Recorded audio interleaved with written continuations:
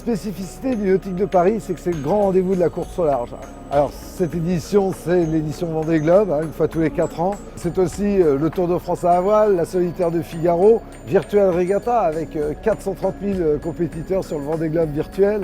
Et puis Massif qui est l'un des grands partenaires du salon, qui a été omniprésent dans la course au large cette année et qui, encore une fois, avec son trimaran, va nous faire vivre de belles aventures dans les années qui viennent.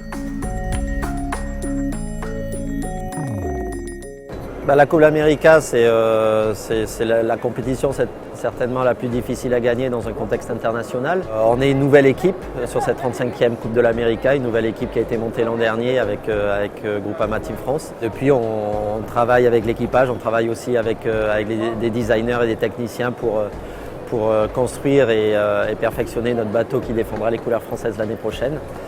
Et voilà, on sait que le temps nous manque, mais on sait qu'on progresse aussi tous les jours.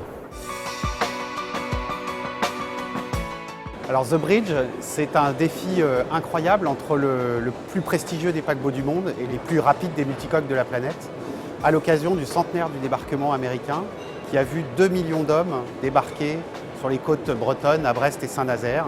Et donc à cette occasion, on va aller dire merci aux États-Unis au travers d'un événement qui va porter 100 ans d'amitié franco-américaine au travers notamment de la musique et du basket.